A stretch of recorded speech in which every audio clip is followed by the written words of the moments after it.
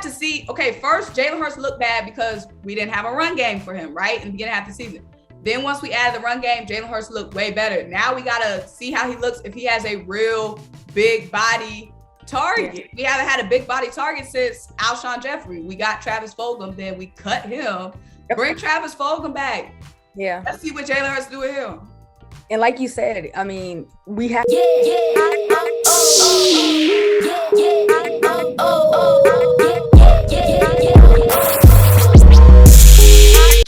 What's up, everyone? Today we have a very special guest on the show. I'm gonna let her introduce herself. I'm pretty sure you guys have probably seen her around YouTube, podcasts, Twitter, Instagram, everywhere on Bleeding Green Nation. Hello, everyone. My name is RAICHELE PRIVETTE. And like Symone mentioned, I am currently an audio producer / host for Bleeding Green Nation's BGN radio. I do a show called Above the Nest with RAICHELE, which is like a weekly, 10-minute just rundown of what's going on with the birds. And then I have a show with my co-host, Mark Schofield, and it's called the QB Factory Reboot. And we talk about what's going down with Jalen Hurts, what's going down with the upcoming opponents, quarterback, and just taking a look at the quarterback overall. So yeah, definitely. So of course we had to get you on here.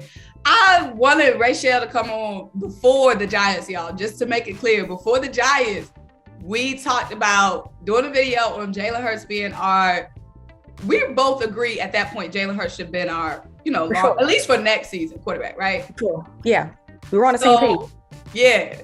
So y'all, we agreed to do this video before the Giants game. So I know now after the Giants game, we have to take all that into consideration now. Yep, for sure. So how are you feeling? Well, how were you feeling before the Giants game? And did the Giants game change your opinion, or are you still feeling the same way? Before the Giants game, I was like on a high. I was literally on every podcast, like, yeah, this would put some respect on Jalen Hurts' name. Like, I was riding for him. I've always been really vocal about being Team Hurts. So I was very like, this is our guy prior to the Giants game. Yeah. And now it's kind of like being like, I can still be honest. I'm still a fan of him. I'm not saying throw him away, but this was embarrassing. This was like painful to watch. It just was bad. And on the last episode we recorded for the QB Factory Reboot, I was just explaining that it felt like this was the game where, Jalen Hurts had made so much progress. We saw him performing so well the last few weeks. He had took, these 3 steps forwards, and then this game against the Giants, it looked like he tumbled backwards 10 steps. So I was just very confused. I was very disappointed. Like I said, I'm not going to say throw him away, but it was just like, has you questioning, okay, long term, being honest, if he continues to make these type of mistakes, is he really going to be that guy? Because, who wants to stand behind that if he's going to continue to make like high school mistakes? Yeah, definitely. Same thing. I've been maintaining, even when it was the Carson Wentz versus Jalen Hurts era, I'm somebody who's always been vouching for Jalen Hurts. I've always been a fan of Jalen Hurts, even in college. So when he came and we drafted him in the 2nd round, I was all gung-ho for us taking Jalen Hurts, not necessarily to replace Carson Wentz, but I was just excited that our front office was looking at realizing, you got to have a good backup quarterback, especially we just came off a Super Bowl where we had to win off the strength of our backup quarterback. So a lot of people, how it went when we got Jalen Hurts. It was like Jalen Hurts versus Carson. And I was always pro Jalen Hurts, especially when Carson started acting up. This season, I'm like, Jalen Hurts, the stats are coming out. He's looking like Lamar Jackson. He's building my case. And then last week, I had to keep it real with people about what's going on. So I'm with you. Before the Giants game, I was always telling my people, Jalen Hurts is the quarterback. We should at least go with Jalen Hurts for next season. I'm not saying Jalen Hurts are our quarterback for the next 10 years, but I maintain that we should go with Jalen Hurts next season only because, one, in the draft, there's nobody in the draft that looks better than Jalen Hurts. Everybody in the draft is a project quarterback, and we already have a project in Jalen Hurts. So why would we go spend a 1st-round pick on a project when we got a project for free right now? 2, I'm not the guys on the trade market. I'm not interested in trading for, because those guys are out their prime are going to be out their prime in 2 years. Now, when I'm talking about Russell Wilson, I mean, Aaron Rodgers, of course, has years left in his belt, but Aaron Rodgers wants to be on a win now team. So I don't even think Aaron Rodgers. And then 3, you look at what's our third option to get to replace Jalen Hurts? Free agents. Who's an unrestricted free agent? Tyrod Taylor? Yep. Ben Roethlisberger? Yep. It's Teddy Bridgewater. Right. So next season, our best option is looking like Jalen Hurts. And I still maintain that. Even after the Giants game, I still maintain we just need to put all of our resources in and continue to develop him because we know what his issues are. If we could just address him and he can get better, I'm still rocking with him in 2022.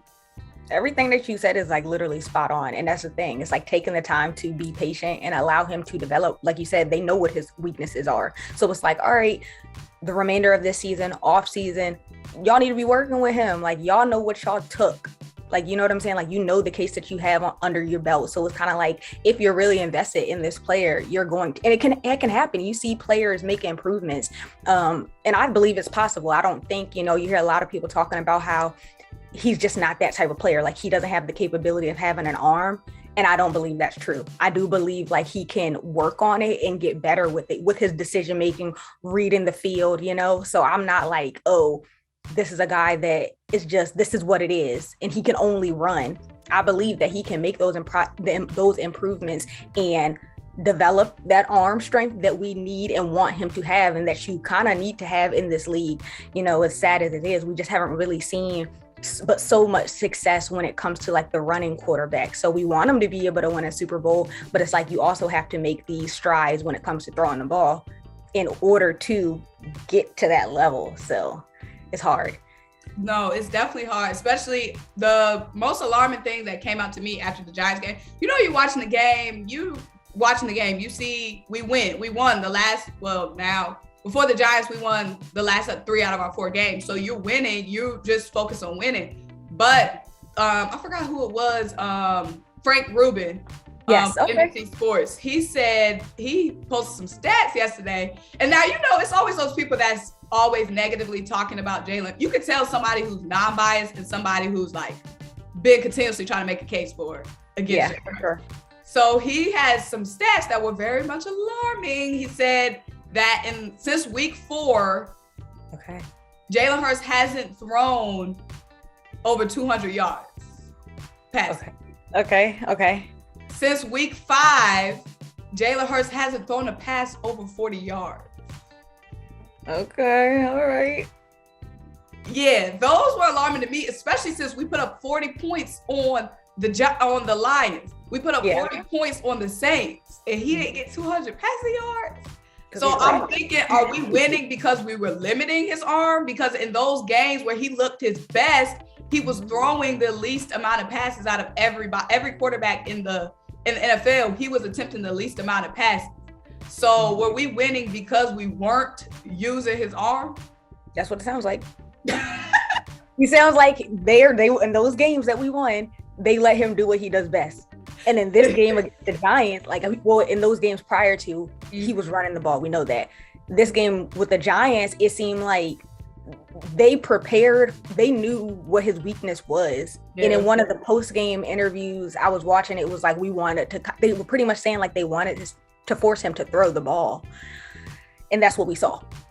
That's what we saw. So are you one of those people that are conspiracy theorists? I'm not one of those people, but there's a lot of people in my comments saying the front office, the first half of the game, Nick Sirianni got away from the running game. But I'm not mad. Like, at the beginning of the season, yes, I was pissed at Nick Sirianni for not running the ball, but Nick is good with me now because he's made adjustments and he had us looking better. Like I said, we won 3 out of our last 4 games, 3 out of our last 5 games now.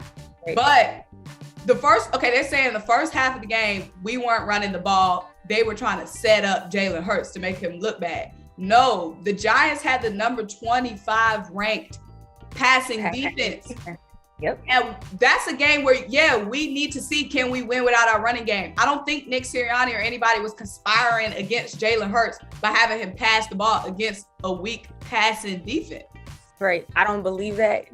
Nick Sirianni, we're still learning about him, but he doesn't come off as that type of coach. Yeah. You know what I'm saying? Like, he seems like he really wants what's best for his players. So I don't believe that. I don't want to believe that either. So, but I feel like people come up with any and everything, any and every excuse for whatever they want to believe. So I'm not a conspiracy theorist, but the people are out there. So I'm not surprised to hear that, you know? Yeah, I wonder, is our fan base the only one? Because it's so many conspiracy theories. I feel like all the time we lose a game, like people in my comments always come with conspiracy about how we Roseman. It's a roller coaster. Yeah, I'm like, literally, it's so irritating. You never know, like, the temperature. Like, one week it's like, oh yeah, one week it's like, throw the team away. You know, this. I'm just like, you guys are never. I mean, I get it based off of the track record of this franchise. It's very, like, I understand the frustration, but it's just like, you just never know what you're gonna get from the fan base. Yeah, you know. One of my things that I think will help Jalen Hurts and any quarterback, because I've always maintained, like, of course, when Carson Wentz was in his MVP run for us, Carson Wentz was doing some amazing things. Like, Carson Wentz was making some accurate throws with his knees down, halfway getting sat. Like, he would be scrambling for 20 minutes, then throw a dime. Like, we know what Carson can do. Amazing ability reading the field. He could throw guys open. That's my most concern about Jalen Hurts, which I don't think is, like we said, somebody said he only has 16 starts now. So that's one season. But the ability to throw a receiver open, like, you have to throw a receiver open to be a good quarterback. Yeah. But my thing is, I think with Jalen Hurts, we don't, and Carson Wentz last season, we don't have a big body a real big body receiver. Like, those big body receivers where you could throw it up, he gonna bang, bang, make the catch regardless if he's in double coverage, covered heavily or whatever. I think Jalen would benefit very much from a big body receiver. And that's why now, mind you, I love Devonta Smith and he's a extremely good playmaker, but just based off size, he's not our traditional X receiver. That's why in the draft, I wanted Jamar Chase. And you see Jamar Chase doing big body things. You know what I'm saying?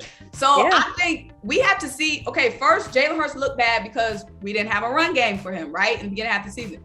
Then once we added the run game, Jalen Hurts looked way better. Now we got to see how he looks if he has a real big body target. We haven't had a big body target since Alshon Jeffrey. We got Travis Fulgham, then we cut him.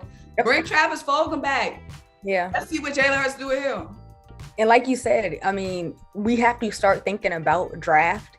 So I don't believe that they need to target a quarterback. But like you said, we know the other areas of weakness. You know, maybe they should target a wide receiver and then they need to focus on the defense because the defense is struggling too. You know, we need some, you know, more weapons when it comes to the defense. But instead of, you know, maybe focusing on a quarterback, surround him with more threats and see what happens. You know, this team was already kind of like broken when he came into the situation. So from the jump, he's been thrown into this unfair situation, and he's been doing a good job. He had one, but yes, this game was a bad performance. We all can admit that, but it's like, all right, let's see if he bounces back from it. If he tumbles downhill after this game, okay, I get it. It's a concern. This was a red flag, but he might bounce back, and we have some pretty easy opponents, you know, coming up. So I just don't think it's fair. Like, I think he needs more time. So I'm not ready to just throw it away. They need to focus on him if that's their priority, if that's who they're invested in. And if, you know, getting a bigger receiver is going to help benefit Jalen Hurts, then that's what y'all need to do. But no, his time is not up, in my opinion. Yeah, definitely. He put up however he put up them 4 great games, whether it was he wasn't throwing the ball, or I don't care how he put up the 4 great games.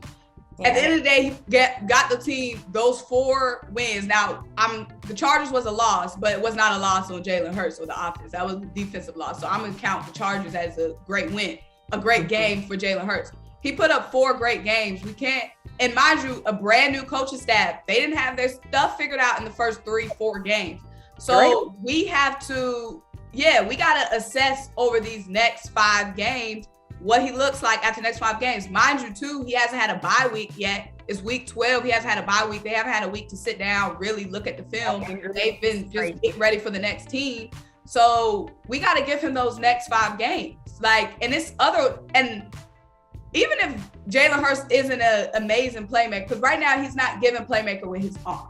We know that. But even if he isn't an amazing playmaker, that doesn't mean you can't win games and win championships. As long as you can manage the game and not throw away the game, which he showed he could do in those last 4 games. He didn't need his arm to win us the game, but he did what he had to do to get us to win and not throw the game away. So even like some people are saying, even in the game versus the Giants, we were able to get the ball back, driving on the last drive. It wasn't Jalen Hurts that lost us the game at the end. Yeah. So he showed he could put the team in winning positions. So game managers, look at Ryan Tannehill. If you got the right team around you, game managers can have your team looking elite.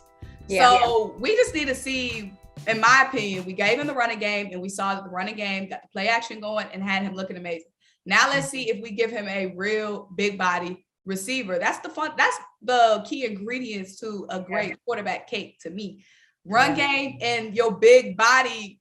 Everybody got their big body receiver that they can rely on. Come on, because we already have Jordan Howard when he's healthy. We're good, exactly. Like, just need a receiver, and because Rager gotta go. I'm sorry, he gotta go. Yeah, Rager. I was rooting for Rager. Like I really was.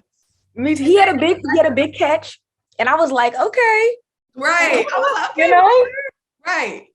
And then during training camp, he had those 2 one-handed catches during training camp. That might have been training camp. Right. So, but what rubbed me the wrong way about Rager was in the press conference when he talked about it was only 2 drops. Crucial drops, but that also was like, I've been on the fence about that. At the end of the day, we know that Jalen Hurts, led them back to the possibility of winning that game. So I'm just on the fence. Like, was this Jalen Rager's fault or was this Jalen Hurts' fault when it comes to like his decision making, when it comes to like, why are you even targeting him in the first place? Yes, he had him on, like the ball was right on target. So Jalen Rager, your job is to catch the ball. You should have been able to catch the ball, but like knowing your strength, like the stronger players, Jalen Hurts, Jalen Rager's not the strongest player out there. So I don't know. It's hard. It's definitely hard. And I could only imagine like what they've been discussing, this week. But one thing you do know for sure is the type of person that Jalen Hurts is. We're going to hope that he learns from this mistake from this past week. We know that he took full accountability, full responsibility of this loss, but it's like, learn from these mistakes and we don't want to see them again, Yeah, definitely. And then Jalen Hurts had the sore ankle.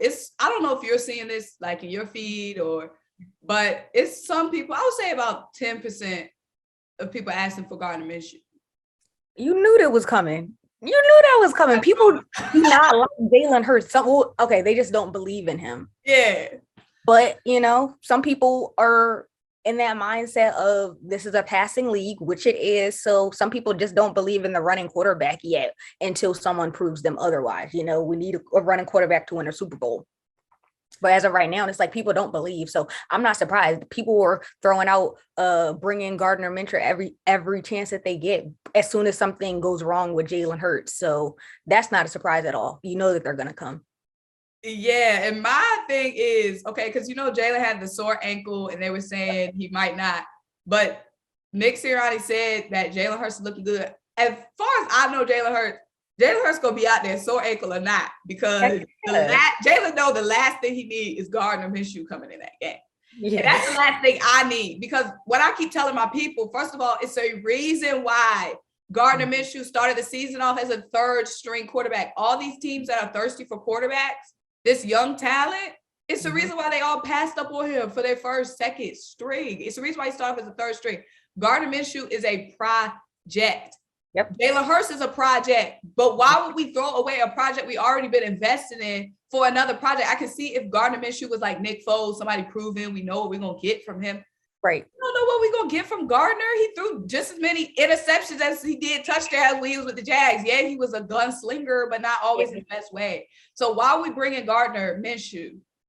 Well, it just doesn't make sense. A project for a project that we've already invested 16 games in. Leave Gardner Minshew where he is at. Mm-hmm. I'm with you. Yeah. But we both agree. We got 5 games left in the season. Yeah. We're just gonna hope Jalen bounces back, because just for continuity, I really want Jalen to pan out just for continuity. Like we've had so much turnover, not just at the quarterback, the wide receiver room, the freaking secondary, the coaching staff. Like I'm just ready to get back to some continuity.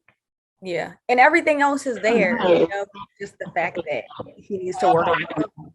But he's a good leader, so I think that, and you can tell, like you just see the respect that the players have for him, the coaching staff, how people look at him. So I know what he's capable of. So it's just like we need him to dig deep, you know, channel that so that he can prove it, because he's the one out there who has to do that at the end of the day. So definitely.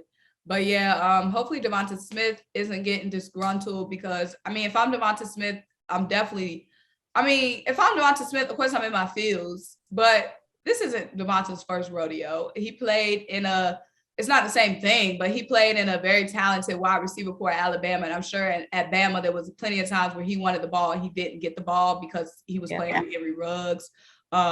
So of course, you know, Jalen Reagor is Henry Ruggs, but at the end of the day, there were times where he wanted the ball, where he wasn't getting the ball. So I'm sure Devonta Smith is mature enough to move past this, but hopefully they don't start any drama. But and they're tight, like from the outside looking in, it looks like they're pretty tight.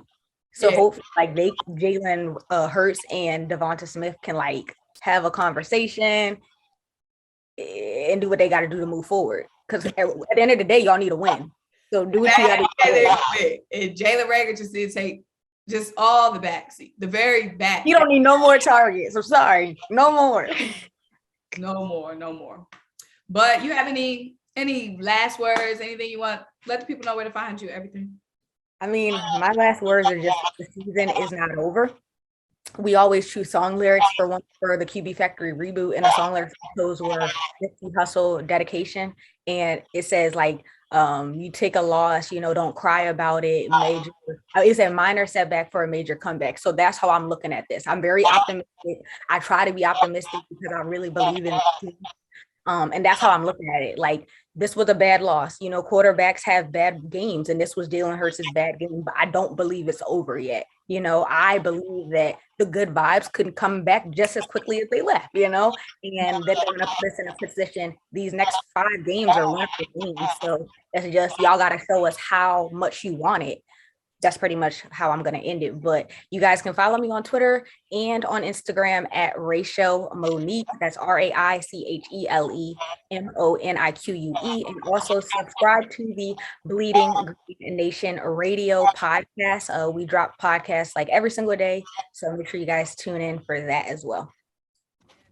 Follow Rachele, tap into the podcast, some great stuff there. Make sure y'all subscribe here as well. Like Rachele said, minor setback, major comeback. My lie is going to be last Sunday took an L.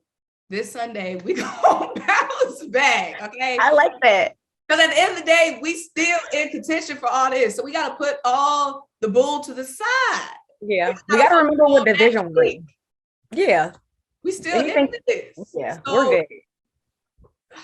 The only time we need to be talking about rebuild and reboot is when we've done. The season isn't done. Now, if we lose next week, then yes. Then I'm going to be like, all right, where's the draft coverage? Let's get it. Right. My draft number 1. Right. But we'll talk about that next week. But guys, thanks for tuning in. Make sure you subscribe, like, comment. Turn notification bells on too, because you already know the videos come in like boom, boom, boom, boom, boom. You don't miss a single video. Thank you so much, Rachele, for joining us today. Thank you.